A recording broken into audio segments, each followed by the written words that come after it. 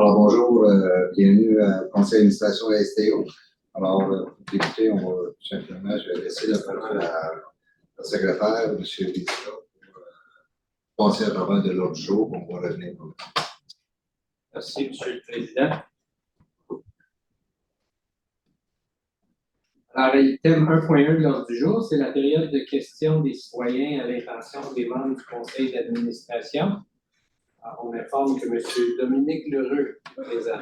Je suis seul aujourd'hui, c'est drôle, hein? Je suis seul. Non, c'est plus. 3 questions, puis une remarque, un miracle, qui est intéressant, puis c'est drôle, hein? La première question, la station Montcalm. Comment est-ce qu'on peut sécuriser la station Montcalm? On sait l'histoire, 2 fois. Je ne vais pas faire comme l'équilibre, je ne suis pas un cowboy, je ne suis pas une police. Je ne vais pas avoir une âme comme autrefois qu'on doit toujours avoir sur nous autres. Mais s'il faut le faire une journée, on est rendu là. Le deuxième, le train de banlieue. Je ne sais pas si on a entendu parler, il y a un train de banlieue qui s'en vient, bientôt, par Mousse, puis ça va prendre les rails à côté des Rapibus. C'est un train de marchandises, mais si le train de passagers y pense, comment que le Rapibus, certaines stations pourraient être aménagées pour pouvoir faire le transfert? Parce qu'il y a Montebello, tu as Wakefield. Oui, j'ai dit Wakefield, le train va passer là, au diesel, pas au charbon. La troisième, la ligne 39. Celui de 15h, est-ce qu'il peut être un petit peu plus tôt pour partir? Là, je suis arrivé comme justement à 16h, juste à l'heure. Ça fait place, puis j'arrive en retard. Le commentaire miracle, au mois de janvier, j'avais dit que les petits autobus, leur sardine, en février, je sors, un miracle, ils sont longs. Je me dis, mon Dieu, comment est-ce qu'on fait ça? Puis j'étais ici en plus. Je venais de sortir ici. Mon Dieu, chez mon grand-père, était le chauffeur de bus, décédé en 2017, avec la grève. Il était à la fois. Un vrai miracle. Je peux pas ça. On va voir en soir, ça va être quoi, mais c'est ça. Ça va finir pour les réponses. Merci. Oui, tout à fait. Ben, merci de votre présence. C'est toujours très apprécié. Puis content que vous ayez eu un bon service avec l'autobus articulé également. Donc, on peut c'était tout prévu. J'ai fait 39, pas 60, j'ai fait l'inverse totale. Là, je vais faire de l'autre manière. Excellent. Donc, pour la station Montcalm, vous soulevez un point important. Donc, on regarde ce qui se passe sur le réseau, sur la sécurité, en fait, partout dans la ville. Donc, on est en train de faire l'analyse, justement, des points sur le réseau, puis comment on peut s'assurer de la sécurité de la clientèle et de notre personnel. La station Montcalm fait partie des considérations. Donc, vous avez raison de le mentionner, puis ça fait partie des analyses qu'on mène. Au niveau de la question sur le train de banlieue, le projet Mousse, en fait, c'est un projet qui existe depuis plusieurs années. On sait que le groupe Mousse, en fait, voulait avoir un train de banlieue qui prenait également les rails sur le pont William Commanda. Donc, le projet a été mis de côté. Pour l'instant, il n'y a pas de projet concret dans ce cas-là. C'est la pandémie qui a fait quelque chose? Non, mais c'est un projet qui est amené par un autre groupe. Puis, donc, ce projet-là n'est pas actif en ce moment. Et pour la ligne 39, on prend bien note de votre commentaire pour le départ de 13h, puis on va transmettre à nos collègues 15h. Ici pour 16h, parce que là, je suis arrivé justement là.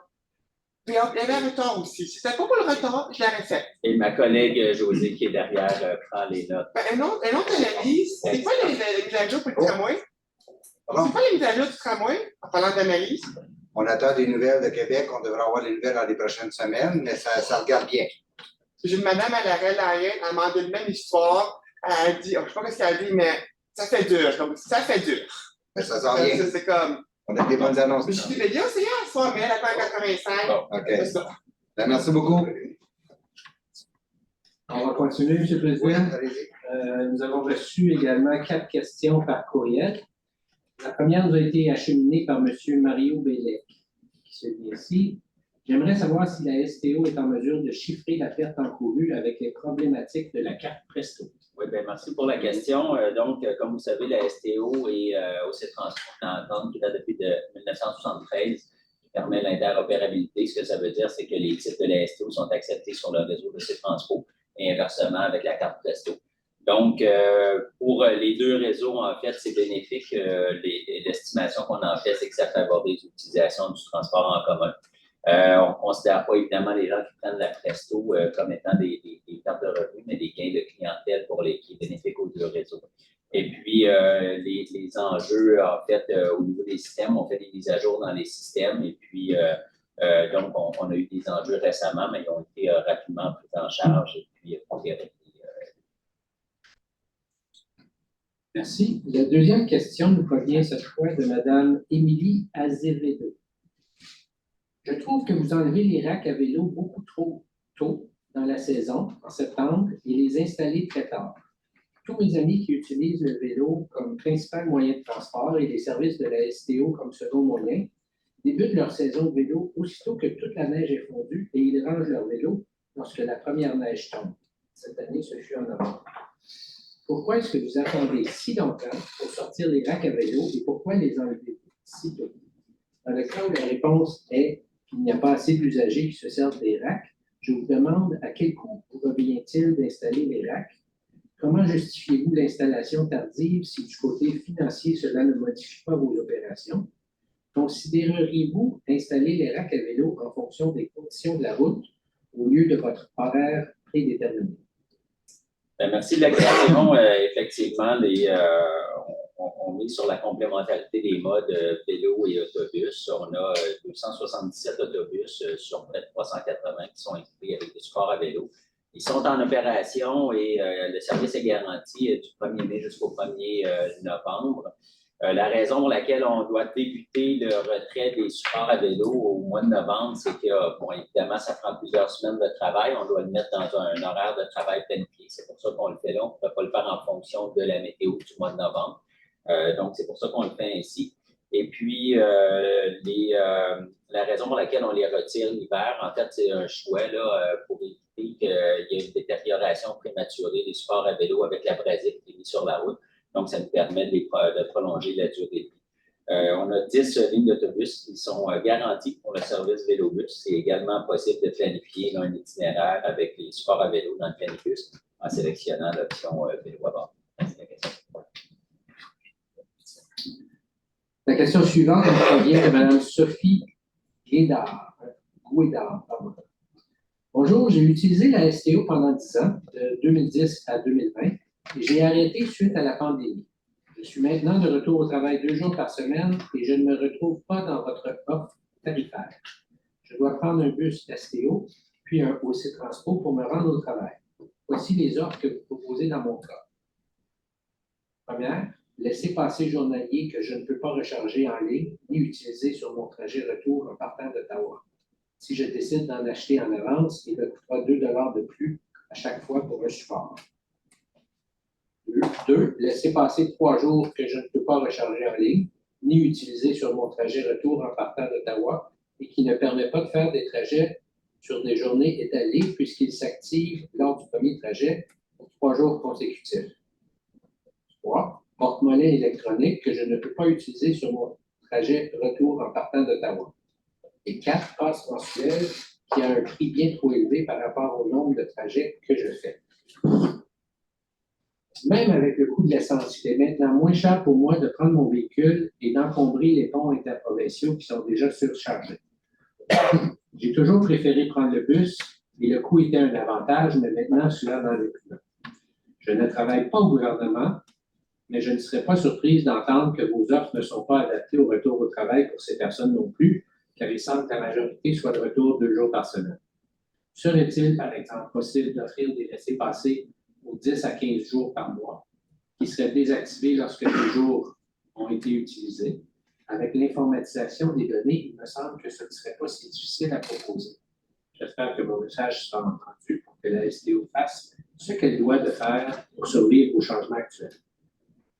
Merci, Mme Bouédard, de la question. Effectivement, les déplacements avec le télétravail en mode hybride ont changé un peu les habitudes et nous forcent à revoir nos offres tarifaires. Donc, dès le début de la pandémie, effectivement, comme vous le mentionnez, on a mis en service des titres, parler du journalier, là, un jour, on a des titres 3 jours également. Juste préciser, ces titres, une fois si le départ se fait à partir de la STO, donc à partir de Gatineau, les titres sont également valides pour Ottawa, pour le retour, là, pour la validation, parce qu'ils s'activent, donc ils permettent des déplacements illimités Gatineau-Ottawa, là, en autant que la première validation se fait du côté de Gatineau. Pour ce qui est des autres titres considérés, Évidemment, on revoit, vous faites mention, là, par exemple, du mensuel. On est à réfléchir comment le mensuel est utilisé, comment on peut mieux répondre aux besoins de déplacement là, des gens qui devront travailler, que ce soit quelques jours semaine, quelques jours par mois. Donc, ça fait partie de notre réflexion en ce moment. Merci.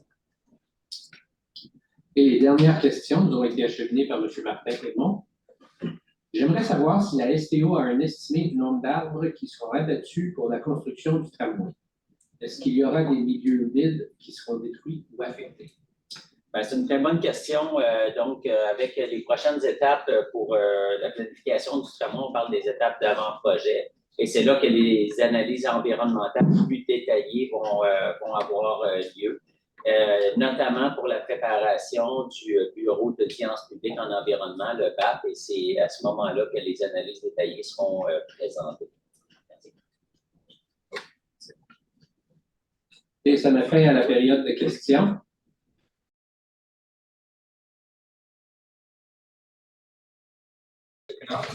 Alors, bonsoir et bienvenue au point de presse de l'Assemblée publique du Conseil d'administration de la Société de transport de l'Outaouais. Alors, je cède immédiatement la parole au président du Conseil d'administration, M. Jocelyn Blondin. Merci beaucoup. Alors, bonjour et merci pour votre présence, bien entendu.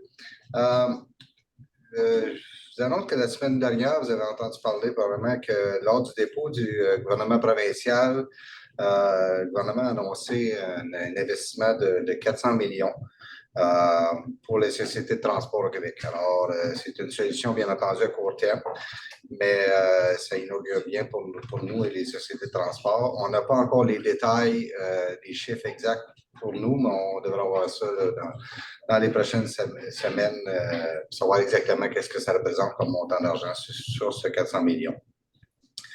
On va avoir d'ailleurs la chance dans les prochaines semaines aussi de participer à une tournée de consultation qui est organisée avec la ministre des Transports et de la Mobilité durable, Mme Guilbeault, qui fait présentement la tournée. Là, on n'a pas eu de date encore, mais ça va nous donner la chance, bien entendu, de parler des enjeux structurants, du financement à long terme pour le transport.